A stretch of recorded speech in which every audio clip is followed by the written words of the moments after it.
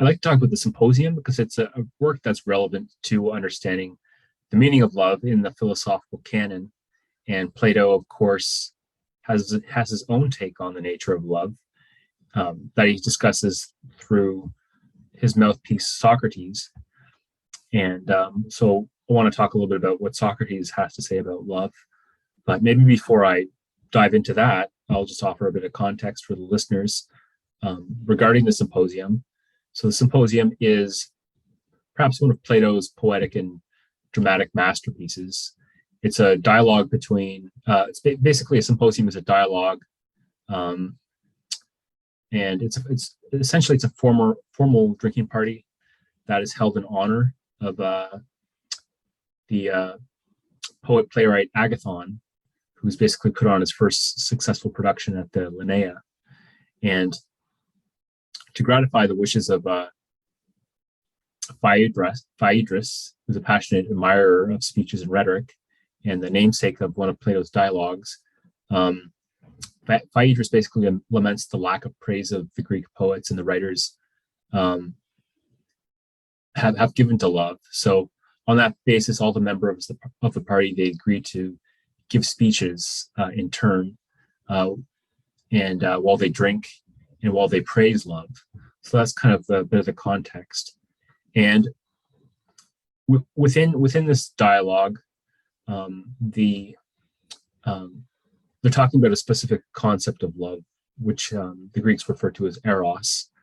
And eros is the concept of love we've been examining. That's what we examined in our past conversation we had.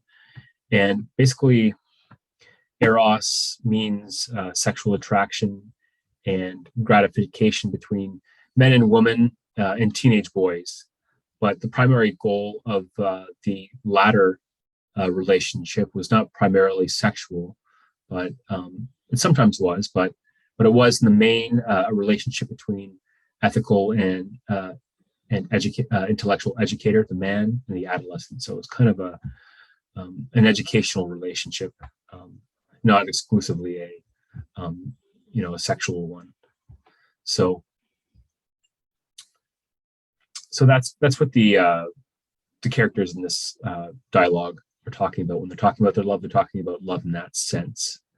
But of course, it's not strictly in that sense. Plato also adds to it and adds in some of his own metaphysical ideas about what eros is as well, that we'll get into.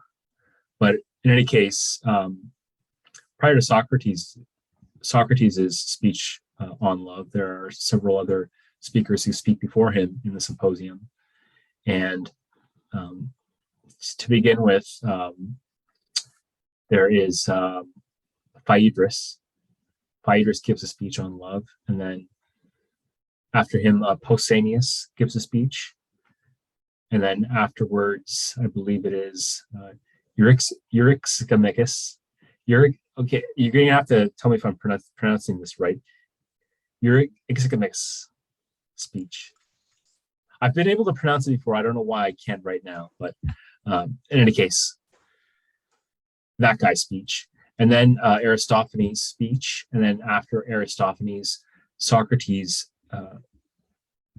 follows with his speech. And so basically, we're just going to jump forward into the actual symposium, because I think Socrates' speech, I think, provides the best conceptualization of love, insofar as it accurately represents Plato's views on love. So basically, we begin the speech, and Socrates recounts his encounter with Diotima, who was this wise woman in Mantinea in Greece.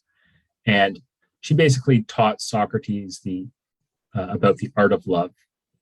So Socrates recounts her speech, and basically all of his views on love are basically the same as Diotima's in some sense. He's kind of what would you say, emulating her version of love.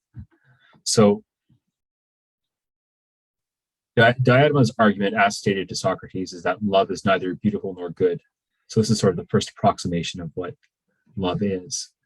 And Socrates asks Diotima, what do you mean by that?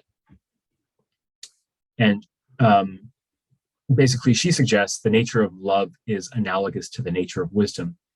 It's basically a mean between the extremes. And so you can draw an analogy between love and wisdom in this regard. So wisdom is, so say we say wisdom, say it's true. Say if we define wisdom as true and prudent judgment. Well, wisdom in that sense is a mean or an intermediary between understanding and ignorance.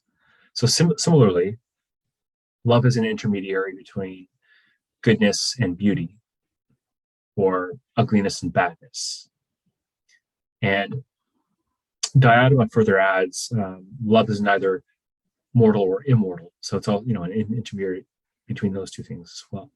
So not only that, love is also conceptualized as this great spirit, and everything spiritual is a mean between a god and a mortal.